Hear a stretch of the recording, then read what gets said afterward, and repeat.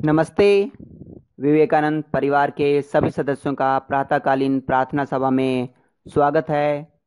आज 10 अगस्त 2020 दिन सोमवार।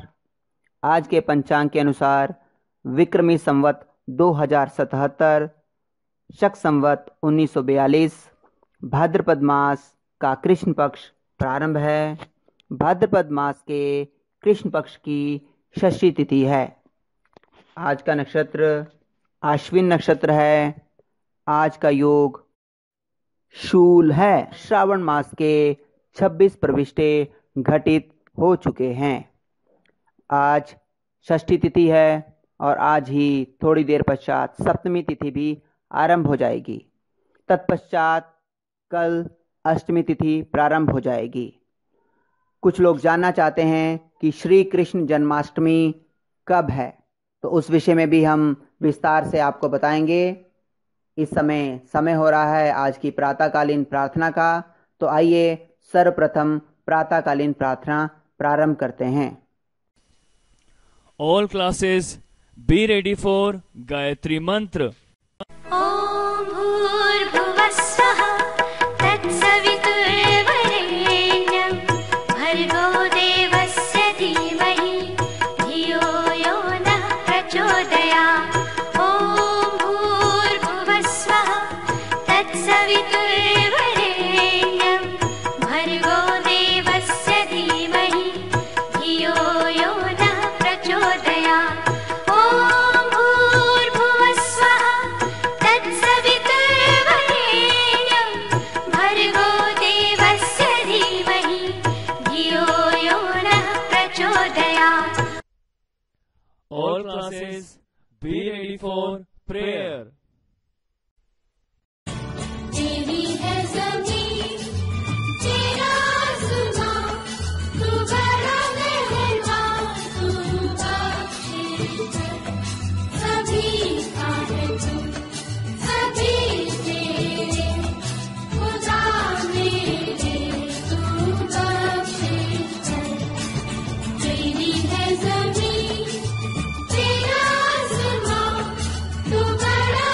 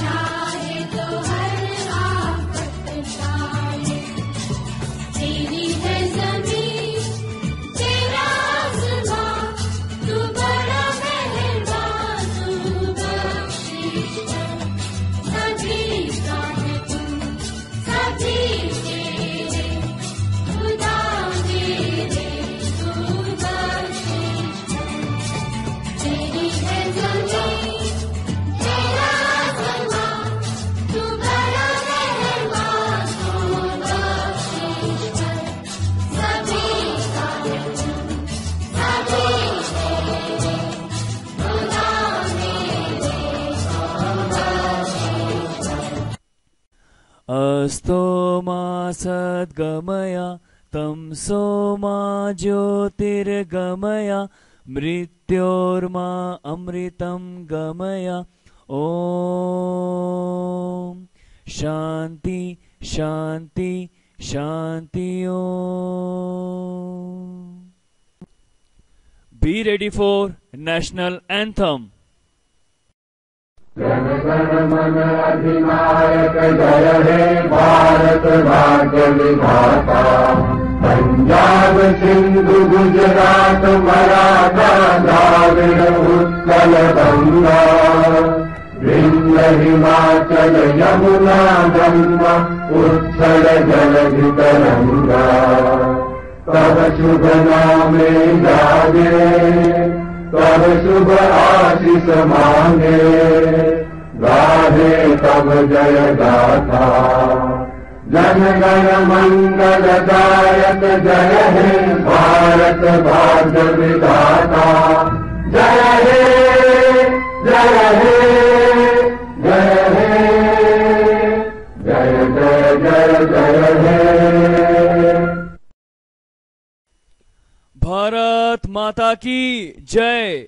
भारत माता की जय। भारत माता की जय। वंदे मातरम वंदे मातरम वंदे मातरम।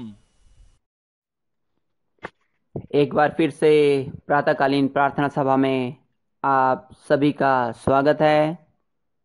आज साल के 8वें महीने का 10वां दिन में एक दिलचस्प बात यह है कि आज ही के दिन 1962 में बच्चों का चहेता आभासी चरित्र स्पाइडरमैन पहली बार कॉमिक बुक में नजर आया था।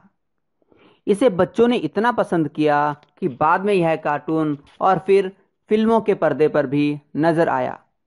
गरीबों और मजलूमों का मसीहा स्पाइडरमैन लंबे वक्त तक दुनिया के बच्चों का पसंदीदा चरित्र रहा है। अब समय हो रहा है आज की पंचतंत्र की प्रेरणापद कहानी सुनने का। तो आज की कहानी के लिए हमारे साथ पहली ब की छात्रा आराध्या की अभिभावक श्रीमती रजनी देवी हमें पंचतंत्र के एक प्रेरणापद प्रसंग को सुनाएंगी। नमस्ते मैम, आज का प्रसंग प्रारंभ कीजिए। नमस्ते। परम श्रद्धेय आदर के श्री योग्य प्रधानाचार्य महोदय जी, परम आदरणीय उप प्रधानाचार्य महोदय जी, प्रातः स्मरणीय समस्त गुरुवृंद, स्कूल की बगिया में खिले हुए नन्हे फूल के रूप में समस्त बच्चे, मैं आज आप सभी के समक्ष एक कहानी प्रस्तुत करने जा रही हूँ। कहानी सुनाने से पहले मैं आप सभी को बता देना चाहती हूँ कि मेरी कहानी आप बच्चों की सफलता से संबंधित है। अर्थात हम बड़े बच्चे भी जब किसी कार्य को करते हैं और कहीं ना कहीं मन लगाने की कमी रहती है और ये ही हमारी असफलता का कारण बनता है। यदि हम किसी कार्य को मन लगाकर करते हैं और धैर्य रखते हैं तो समय आने पर उसका मधुर फल मिलता है। इसी तरह से एक बार की बात है, एक बच्चा था, उसका भी पढ़ाई में मन नहीं लगता। जैसे बहुत सारे बच्चों का मन पढ़ाई में नहीं लगता और वो बहुत जल्दी उब जाते हैं और परिणाम जल्दी चाहते हैं या काम जल्दी खत्म हो जाए, उसी तरह से वह बच्चा भी पढ़ाई में मन नहीं लगा पाता था, जिससे उसके घर वाले बहुत परेशान रहते थे और उसे बार बार असफलता मिलती थी क्योंकि परिणाम वो तुरंत चाहता था। इसी वजह से वो मन लगाकर कार्य नहीं कर पाता था और हर बार असफल हो जाता था। समय बीतता गया, धीरे धीरे बच्चा बड़ा होता गया। अब वह युवा अवस्था में आ चुका था और उसके कमाने की उम्र हो चुकी थी।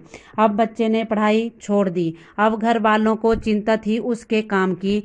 प्रयास करने पर बहुत सारे उससे काम करवाए गए तो हर कार्य में उसको घाटा होता गया। नौकरी भी करवाई, उसमें भी उसको मनोवांछित वेतन नहीं मिलता था। वो चाहता था कि शुरू में ही उसको अच्छा वेतन मिले, परंतु ऐसा संभव नहीं हो पाता था, इसलिए वो नौकरी भी छोड़ देता था। बहुत सारे कार्य जो भी वह सोचता था घर वाले सोचते थे, परंतु वह वह सब में असफलता ही मिलती थी, क्योंकि वो परिणाम तुरंत चाहता था और मेहनत वो कम कम कर पाता था। इसी बात से परेशान होकर उसके माता पिता अपने धर्म गुरु, जो उसको सही मार्ग दिखाने वाले थे, ऋषि थे, उनके पास गए और उन्होंने अपनी सारी समस्या उनके समक्ष रखी। ऋषि महाराज जी ने उस माता पिता के बच्चों को घर भेज दिया और बच्चे को अपने पास बिठाया तथा बिना कुछ बोले बैठे रहे। कुछ समय बीतने के बाद ऋषि महाराज जी ने आम की गुठली उस बच्चे के पास दी और कहा, जाओ बच्चे, इसे बाहर बगिया में लगाकर आओ। तो गया लड़का। हालांकि आज्ञाकारी था, काम करना चाहता था, परंतु परिणाम जल्दी चाहता था। ऋषि महाराज जी के अनुसार उसने बाग में वो आम की गुठली लगा दी, जिससे कि आम का पेड़ बन सके, और पुनः आकर बैठ गया। थोड़ी देर चुप बैठ गए। ऋषि जी ने 3-4 बार उसको बाहर भेजा, बस यही बोलता कि जाओ बेटा, देखो पेड़ उग गया और उसमें फल आ गए। तो बच्चा आज्ञाकारी होने के कारण बार बार बाहर जाता और वो आम को देखकर आता। अंत में वो उब गया। तो उसने अंत में बाबा जी को उसने गुस्से में बोला, उसे बहुत गुस्सा आया और बोला, बाबा जी, आपकी मति भ्रष्ट हो गई है क्या? इतनी जल्दी कोई वृक्ष उगता भी है और इतनी जल्दी कोई फल भी उगते हैं? इससे तो धीरे धीरे पहले पानी सींचना पड़ता है, उसके पश्चात पौधा उगेगा, फिर उसकी देखभाल करनी पड़ेगी, फिर तब जाकर इसमें फल लगेंगे। तब बाबा जी ने कहा, देखो बेटा, इसी तरह जीवन में कोई कार्य करने हैं तो धैर्य रखना पड़ता है। एकदम से कुछ भी नहीं होता। आपको कर्म करना चाहिए और समय आने पर उसका फल मिलता है। इसी तरह आप भी मन लगाकर धैर्य के साथ उस काम को करें। एक ना एक दिन जरूर सफलता आपको मिलेगी और उसका फल मधुर होगा। इस कहानी से हमें यह शिक्षा मिलती है, सहज पके सो मीठा होए। धन्यवाद। धन्यवाद, आपका बहुत बहुत धन्यवाद। आपने बहुत ही प्रेरणापद कहानी हमारे साथ साझा की। सहज पके सो मीठा होए। सब्र का फल सदैव ही मीठा होता है, गुणकारी होता है। तो आज की प्रार्थना सभा में हम आगे बढ़ते हैं। आज का शब्द और आज का वाक्य बताने के लिए हमारे साथ हैं चौथी अ के छात्र सत्यम। सत्यम, नमस्ते। आज का शब्द और वाक्य हमारे साथ साझा करें। Namaste. I am Satyam of class 4th A. Today's word is excited. And today's sentence is, I was excited when I got first prize in a dance competition. Thank you. Have a nice day. धन्यवाद सत्यम। आज के शब्द और वाक्य को बताने के लिए आपका बहुत बहुत धन्यवाद। अब समय है आज के जन्मदिवस वाले छात्रों को उनके जन्मदिवस की शुभकामनाएं देने का। तो कल अवकाश था, रविवार के दिन। तो 9 अगस्त दिन रविवार को जिन बच्चों का जन्मदिवस था उनमें सर्वप्रथम हैं तीसरी अ के छात्र लक्ष्य शर्मा, चौथी ब के छात्र यशप्रीत, 8वीं अ के छात्र कर्ण और 10वीं ब के छात्र विवेक चहल।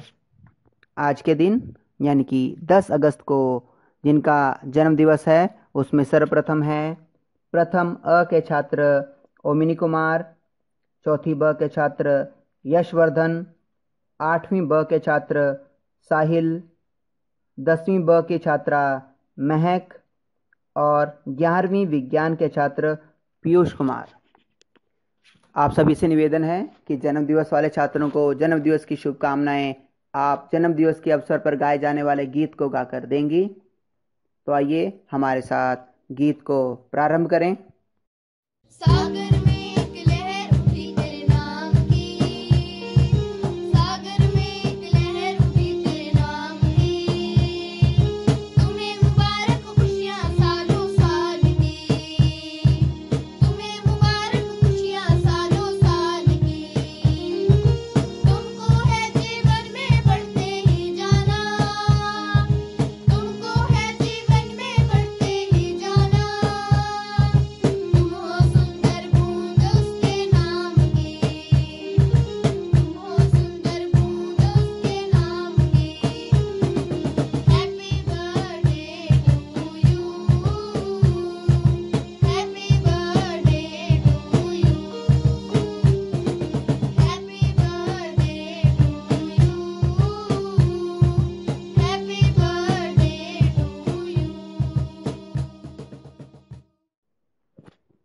धन्यवाद।